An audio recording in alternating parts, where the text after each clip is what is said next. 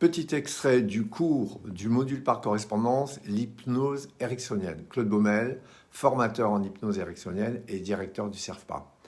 L'usage de l'hypnose ericksonienne dans le traitement de la dépression. La dépression est très répandue dans la population et fait partie des troubles psy les plus fréquents et les plus handicapants. Entre 15 et 20% de la population seront concernés au moins une fois dans leur vie.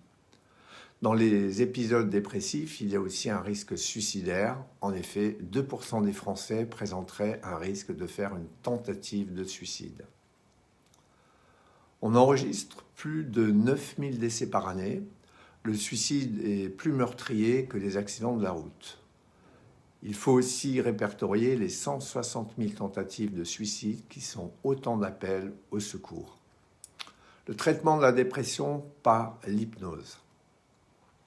L'hypnose ericksonienne intervient sur les pensées négatives et les distorsions cognitives, ce qui permet à la personne de réévaluer le réel, car on sait que le dépressif gère très mal l'information.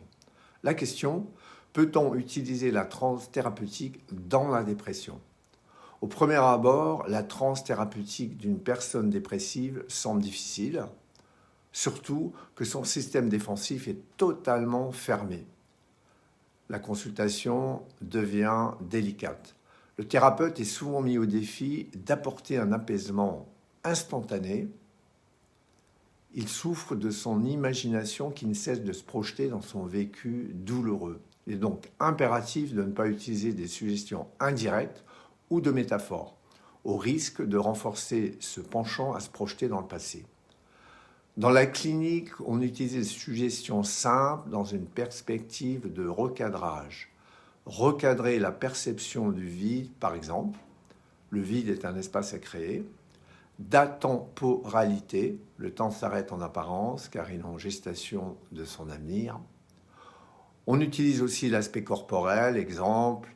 Chaque sensation que l'on ressent actuellement ou plus tard est une manière que notre corps utilise pour porter attention à nous, de prendre soin de vous-même. Nous avons vu que le dépressif ne cesse de se projeter dans son passé douloureux. Il est donc clair qu'une transe orientée sur le passé sous forme d'une régression en âge est contre-indiquée.